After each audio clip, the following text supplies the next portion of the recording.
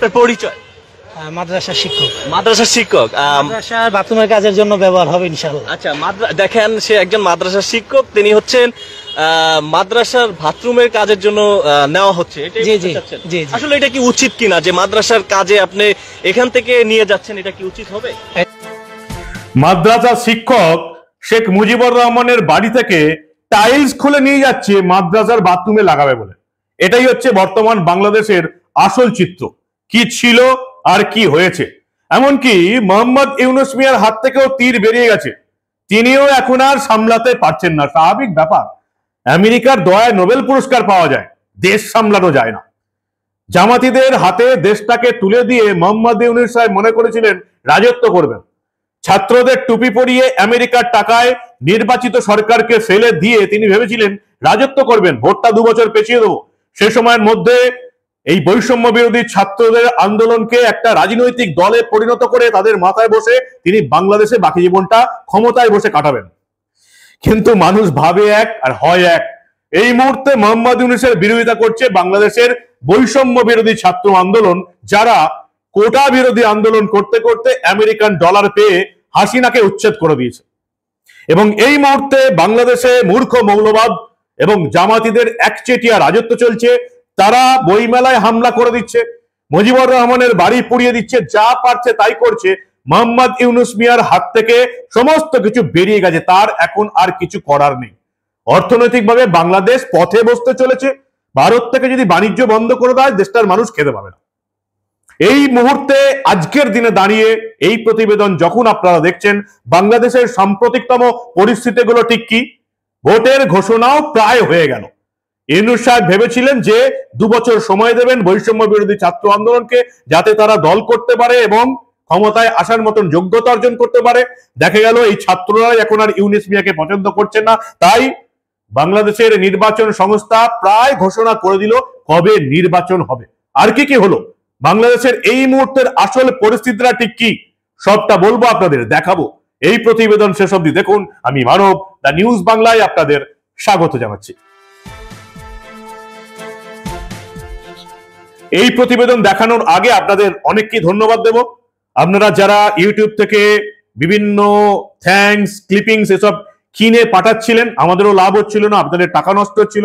আপনারা যে জিপে তে টাকা পাঠাচ্ছেন, আমাদেরকে সাহায্য করছেন, কোন রকম কৈফিয়ত না চেয়ে, ভালো লাগছে আমাদের। এভাবেই আমাদের পাশে থাকুন। বাংলাদেশে মানুষ ভেবেছিল যে নতুন দেশের এক নতুন সরকার রূপকার হবেন মোহাম্মদ ইউনূস মিয়া, তিনি গড়বেন নতুন বাংলাদেশ, ফ্যাসিবাদ নিপাত গিয়ে উড়বে গণতন্ত্রের জয়ধ্বজা। বৈষম্য বিরোধী ছাত্র আন্দোলনের নেতা নেত্রীরাও এটাই ভেবেছিল। ছাত্র সমাজ, নেতা নেত্রী, তাদের অনেক আবেগ থাকে, তারা লড়াই করতে চায়। শেখ হাসিনার আমলেও অনেক অভিযোগ ছিল, ভোট দিতে দেওয়া হতো না, জোর করা হতো, ফ্যাসিবাদী টাইপের সরকার চলতো, এমন একটা অভিযোগ ছিল ছাত্র ছাত্রীদের যারা আন্দোলনে নেমেছিল। যদিও আমেরিকান টাকা ঢুকেছে, আপনারা সবাই জানেন, গোটা পৃথিবীর মানুষের সামনে সেটা আমেরিকা নিজেই প্রমাণ করে দিয়েছে। ট্রাম্প সরকার ফাইল লিক করে জানিয়ে দিয়েছে কিভাবে শুধুমাত্র বাংলাদেশে শেখ হাসিনার সরকারকেই নয়, পাকিস্তানে ইমরান খানের সরকারকেও এই আমেরিকা হটিয়ে দিয়েছিল। আমাদের আগের প্রতিবেদনে আছে, খুব গুরুত্বপূর্ণ প্রতিবেদন, ভালো করে দেখে নেবেন আপনারা। এবার এই ছাত্রছাত্রীরা বুঝতে পেরে গেছে কি ভুলটা তারা করেছে। তারা ভাবেইনি যে আদৌ তাদের যেটা অভিযোগ ছিল হাসিনার বিরুদ্ধে, ফ্যাসিবাদী সরকার, একটা ফ্যাসিবাদী সরকারকে হটিয়ে বাংলাদেশ যে আরো একটা আরো মারাত্মক আরো বড় জামাতিদের ফ্যাসিবাদী সরকার নিয়ে আসবে, সেটা ছাত্রছাত্রীরা বুঝতে পারেনি। সেজন্য দেখলাম মুখ খুলেছেন বৈষম্য বিরোধী ছাত্র আন্দোলনের অন্যতম মুখপাত্র উমামা ফাতেমা মুখ খুলেছেন। এখন আর মুখ খুলে কি হবে, হাত থেকে তীর বেরিয়ে গেছে। ইউনূস সরকার নিজেই আর সামলাতে পারছেন না।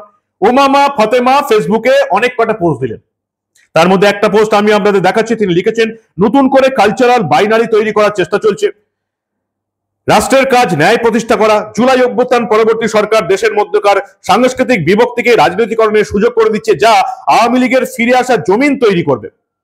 ভাবুন কি লিখছে, ধানমন্ডি 32 ভাঙার পরবর্তী সময়ে দেশের জঘন্য আইন শৃঙ্খলা পরিস্থিতির উলঙ্গ প্রকাশ ঘটেছে। অর্থাৎ ইউনূসের আমলে আইন শৃঙ্খলা যে নেই, কারা বলছে? বৈষম্য বিরোধী ছাত্র আন্দোলনের একজন মুখপাত্র, একজন নেত্রী। যখন তাদের ছাত্র আন্দোলনের কয়েকজন মুখ এখনো অন্তর্বর্তীকালীন সরকারে রয়ে গেছে, সে সময় মুখপাত্র লিখছেন, যে খুব দুঃখের সাথে বলতে হয় আওয়ামী লীগের পলিসিগুলোই জাস্ট ভিন্নভাবে ব্যবহার হচ্ছে, একই ফ্যাসিবাদী আচরণ, একই আইন শৃঙ্খলা বাহিনী ও প্রশাসনের অন্যায্য ব্যবহার। আমাদের শহীদেরা নিশ্চয়ই একটা নতুন বাংলাদেশের স্বপ্ন নিয়ে জীবন দিয়েছিল, 90-এর অভ্যুত্থানের নির্লজ্জ পুনরাবৃত্তির জন্য জীবন দেয়নি। বুঝে গেছেন কে?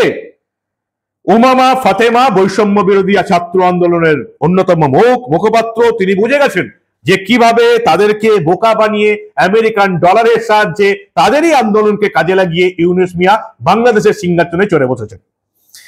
কি কি হচ্ছে? সংখ্যালঘু হিন্দুদের উপর অত্যাচার হচ্ছে, এটা নতুন কোনো কথা নয়। সেটা তো 1947 সাল থেকে হচ্ছে। বাঙালির সিংহাসনে, বাংলাদেশের সিংহাসনে যেই থাকুক, খালেদা জিয়াই থাকুক, আর এরশাদই থাকুক, আর বেগম হাসিনাই থাকুক, হিন্দুদের উপর অত্যাচার হচ্ছে, এটা নতুন কোনো ঘটনা নয়। এতদিন এরা বুঝতে পারছে।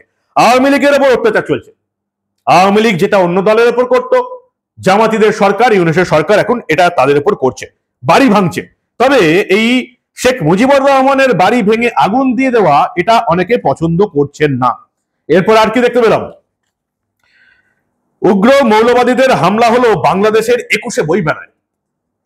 বাংলাদেশের একটা আবেগের জায়গা এই 21শে বইমেলা, সেখানেও উগ্রবাদীদের হামলা হয়ে গেল।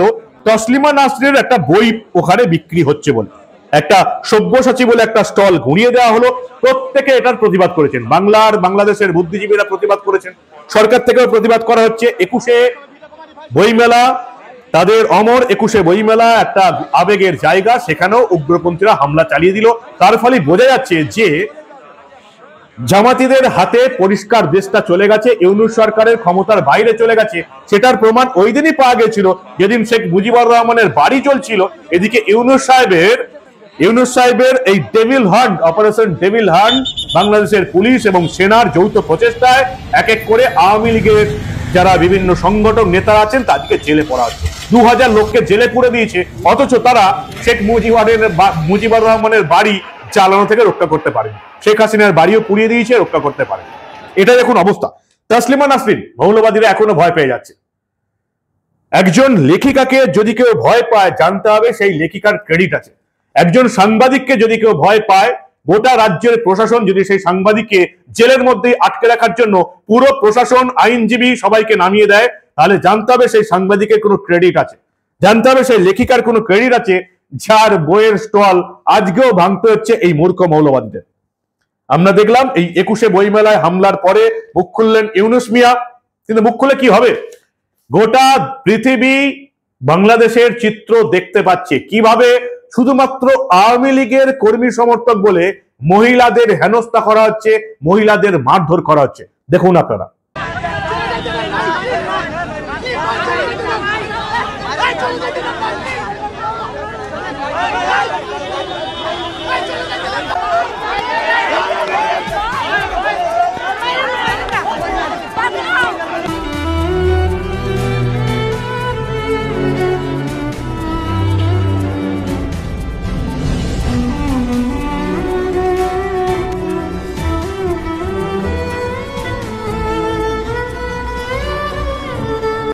শেখ মুজিবুর রহমানের বাড়ি জ্বালানোর প্রতিবাদ করেছিলেন বলে বাংলাদেশের রাস্তায় প্রকাশ্যভাবে একজন মহিলাকে, অনেক বয়স্ক মহিলা, মায়ের বয়সী মহিলাকে তার পাশেরই ছেলেরা মারপিট করছে, মারধর করছে। আর মাদ্রাসার একজন শিক্ষক শেখ মুজিবুরের বাড়ি থেকে টাইলস খুলে নিয়ে চলে যাচ্ছে মাদ্রাসার বাথরুম করবে বলে। দেখুন আপনারা। এই টাইলস নিয়ে যাচ্ছেন, এগুলো কি টাইলস? আচ্ছা, এই আর কি নিয়েছেন? আপাতত টাইলসটাই নিয়েছেন। গাছের ফল খেয়েছেন? আচ্ছা, ডাব খেয়েছেন? আচ্ছা, গাছের ফলও খেয়েছে, ডাবও খেয়েছে, যেমনটা দেখতে পাচ্ছেন। ভাইয়া কিন্তু টাইলসগুলো কোথায় ছিল? টাইলসগুলো উপরে ছিল, উপর থেকে সংগ্রহ করে নিয়ে আসছেন। কয়জনে মিলে নিয়ে আসছেন? এখন আপাতত 2 জন নিয়ে আসছে। আপাতত 2 জন। কোথা থেকে আসছেন আপনি? হাজারীবাগ থেকে। আপনার পরিচয়? মাদ্রাসার শিক্ষক। মাদ্রাসার শিক্ষক। মাদ্রাসার বাথরুমের কাজের জন্য ব্যবহার হবে ইনশাআল্লাহ। আচ্ছা, দেখেন, সে একজন মাদ্রাসার শিক্ষক, তিনি হচ্ছেন মাদ্রাসার বাথরুমের কাজের জন্য নেওয়া হচ্ছে। আসলে এটা কি উচিত কিনা যে মাদ্রাসার কাজে আপনি এখান থেকে নিয়ে যাচ্ছেন, এটা কি উচিত হবে? এটা হচ্ছে এইগুলো এই জায়গায় থাকলে তো জিনিসগুলো নষ্ট হয়ে যাবে। রাইট। হ্যাঁ, ব্যবহার করা যে জিনিসগুলো আছে ওগুলা নিয়ে আমরা কাজে লাগাইলে আমরা আশা করি ফায়দা হবে।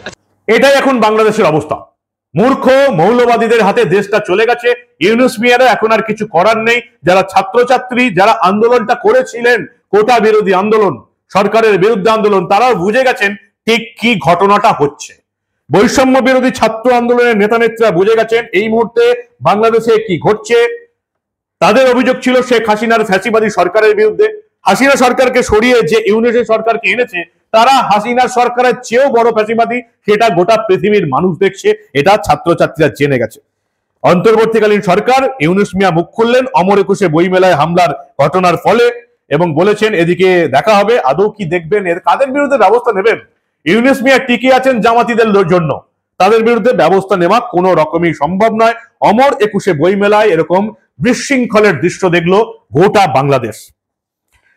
নির্বাচন কমিশন পরিষ্কার ঘোষণা করে দিয়েছে যে আগামী ডিসেম্বরের মধ্যেই, 25শে ডিসেম্বরের মধ্যেই ভোট হবে। এতদিন তারা চুপ ছিল। মোহাম্মদ ইউনূস সাহেব বুঝে গেছেন যে এই ছাত্র আন্দোলনের নেতারা নিজেদের জন্য একটা দল গড়লেও সেই দলের মাথা হিসাবে ক্ষমতায় তিনি আর ফিরে আসবেন না।